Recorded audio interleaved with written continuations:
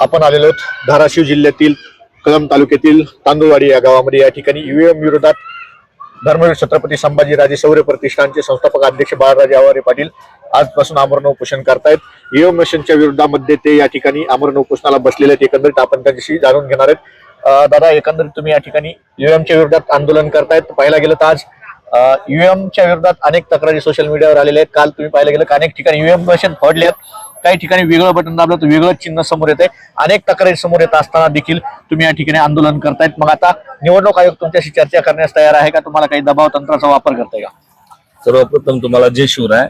निवडणूक आयोग आमच्याशी काही चर्चा करायला तयार नाही, कारण निवडणूक आयोग कोणाच्या तरी वकिलीच्या भूमिकेत काम करत आहे, त्यामुळे ते काही चर्चा करायला येणार नाही। राहिला प्रश्न दबावाचा, तर मी छत्रपती शिवरायांचा मावळा आहे, त्यांच्या दबावाला मी घाबरत नाही। एकंदरीत तुम्ही आजपासून सुरुवात केलेली, तुम्ही छत्रपती शिवाजी महाराजांचा पुतळा असेल, प्रभुरामांचा पुतळा असेल, देश आणि धर्म सोबत घेऊन तुम्ही या ठिकाणी आंदोलन करताय। तुम्हाला गावकऱ्यांचा देखील मोठ्या प्रमाणात या ठिकाणी प्रतिसाद भेटतोय। काय भावना आहे? तुमचं आंदोलन कसं असणार आहे आणि तुम्ही मतदारांना काय आवाहन करणार आहे? मी तुम्हाला दोन गोष्टी सांगेल। पहिला विषय, देव आणि देश धर्म ह्या विषयावरून ज्या सत्ताधारी पक्षाने गेल्या 15 वर्षापासून राजकारण चालवलंय, नाही हे देवाचं काम करताय, नाही देशाचं काम करताय, नाही धर्माचं काम करताय। हे देश चालवणारे दोन व्यापारी आणि गुजराती आहेत ते। या दोघांनी व्यापारी पद्धतीने देश चालवलाय, लोकशाही पद्धतीने चालवत नाही। आणि राहिला प्रश्न मतदारांना, आणि मी विरोधी पक्षाला एक आवाहन करेल की जर यांनी फिक्सिंग केलेलं आहे किंवा आमचे एवढे उमेदवार निवडून येणार आहेत, म्हणजे तुम्ही असंही सत्य देत नाही, तर तुम्ही आता एक काम केलं पाहिजे, निवडणूक आयोगाला पत्र दिले पाहिजेत की जर तुम्ही बॅलेट पेपरवर निवडणुका घेणार असाल तर आम्ही निवडणुकीला उमेदवार देऊ आणि निवडणुका लढू, अन्यथा आम्ही निवडणुकीवर बहिष्कार टाकू। दादा, काय तुमचे संशय आहेत? काय तुम्हाला वाटतं ईव्हीएम मशीन मध्ये काय काय फेरफार केले जाऊ शकतात? ती मानवनिर्मित मशीन आहे, तुम्ही अनेक वेळा बोललात देखील। काय वाटतं तुम्हाला, काय काय त्याच्यात बदल केलेले असू शकतात? अनेक ठिकाणी कुठेतरी फिक्सिंग केली जाते, एवढंच मतदान त्या उमेदवाराला पडलं पाहिजे, असं काही काय काय त्रुटी आहेत त्याच्यामध्ये? तुम्हाला एक सांगतो, मी यांची साधी सेटिंग सांगतो। यांनी काय केलेलं आहे, आता जसं मुंबई महानगरपालिकेत आमच्या 100 जागा येतील असं एक्झिट पोलचा कौल सांगितलाय मीडियाच्या माध्यमातून, तर त्यांनी त्या 100च्या ऐवजी 101, 102 अशा जागेची सेटिंग करून ठेवत आहे। तुम्हाला सांगतो, एक साधं उदाहरण आहे, लातूर मध्ये येऊन यांनी विलासराव देशमुखाबद्दल स्वर्गीय चुकीचं वाक्य वापरलं आणि त्याच्यानंतर त्यांच्यावर त्याचे जे परिणाम होणार होते, तर लोकांची जनभावना जागृत झाल्यानंतर त्यांनी तिथं फिक्स केलं नाही। तिथं त्यांनी प्रामाणिकपणे निवडणुका लढवल्या, तिथं त्यांचा पराभव झाला।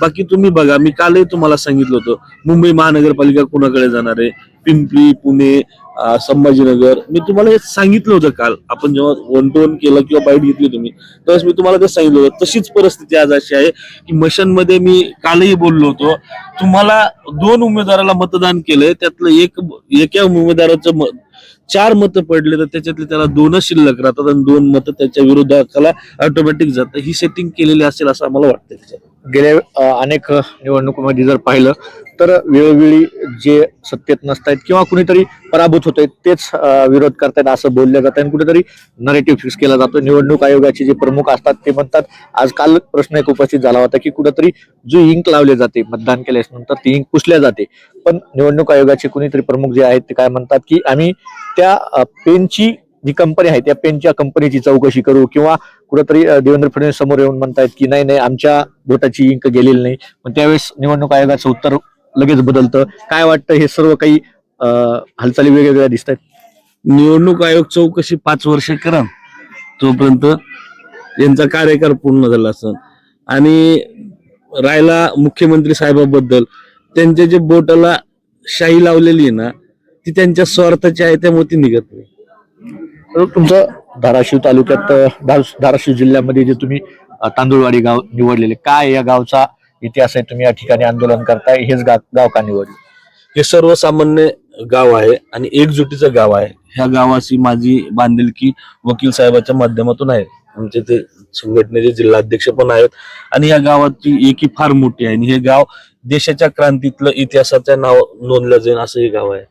तुम्ही काल आवाहन देखील केलं होतं की जर या ठिकाणी जर प्रशासनाने दुर्लक्ष केलं तर तुम्ही गावगाव प्रति आंदोलन असतील किंवा साखळी उपोषण असतील, चक्काजाम आंदोलन असतील, या प्रकारे काही आंदोलन करणार आहात का, आव्हान करणार आहात का तुमच्या मावळ्यांना?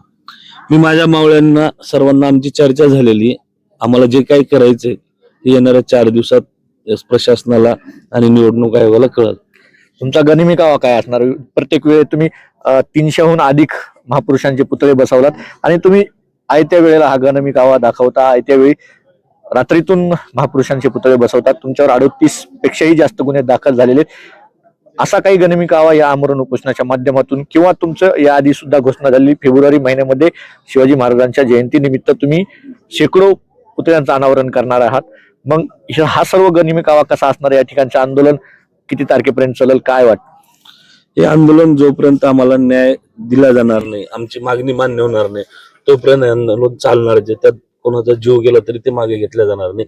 आणि राहिला प्रश्न आमचा गनिमी कावा ठरलेला आहे. निवडणूक आयोग आणि हे सत्ताधारी, मी जे म्हटलं ना व्यापारी, यांना 100% तो कळेल. धाराशिव जिल्ह्याचे जिल्हाधिकारी तुमच्याशी संपर्क साधला का? त्यांनी या संदर्भात तुम्ही निवेदन दिले?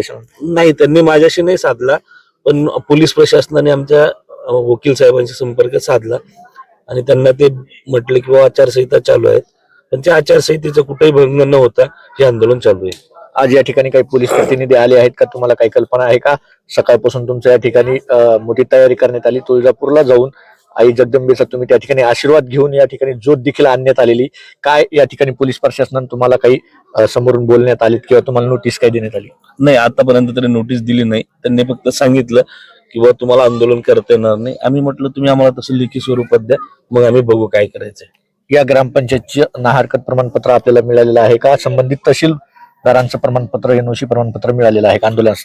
नाही, आम्ही धाराशिव जिल्हाधिकाऱ्यांना, तहसीलदारांना, पोलीस स्टेशनला निवेदन दिलेलं आहे. त्यांच्या उशी आहेत आमच्याकडे आणि ग्रामपंचायतचा ठराव पण आहे आमच्याकडे उपोषणासंदर्भात. नक्कीच तुम्ही पाहू शकतात, गेल्या अनेक निवडणुकांमध्ये जे मशीन मध्ये काही फेरफार असेल, मशीनमध्ये घोटाळा असेल, मशीनमध्ये फिक्सिंग असेल, या प्रकारचे जे आरोप होत आहेत, त्या आरोपामध्ये ज्यावेळेस कुणी आरोप केला जातो त्यावेळेस हिंदुत्ववादी खतरेमध्ये, देश खतरेमध्ये अशा भावना सत्ताधाऱ्यांच्या मनातून येतात, प्रतिक्रिया त्या अशा माध्यमातून येतात. परंतु या ठिकाणी पाहायला गेलं तर आमरण उपोषणच्या ठिकाणी छत्रपती शिवाजी महाराजांचा पुतळा आणि श्री प्रभू रामचंद्रांचा पुतळा या ठिकाणी ठेवून देश आणि धर्म हे आम्ही सांभाळतो या ठिकाणी अशा प्रकारची प्रतिक्रिया देत या ठिकाणी UM विरोधात आमरण उपोषण सुरू करण्यात आले. गावकऱ्यांचा त्यांना मोठ्या प्रमाणात प्रतिसाद मिळत आहे. यामध्ये काही नवीन अपडेट्स मिळतील का हे पाहणं महत्त्वाचं. कॅमेरामॅन बाळासाहेब गरडसह मी अशोक गलांडे, माऊली न्यूज नेटवर्क, धाराशिव.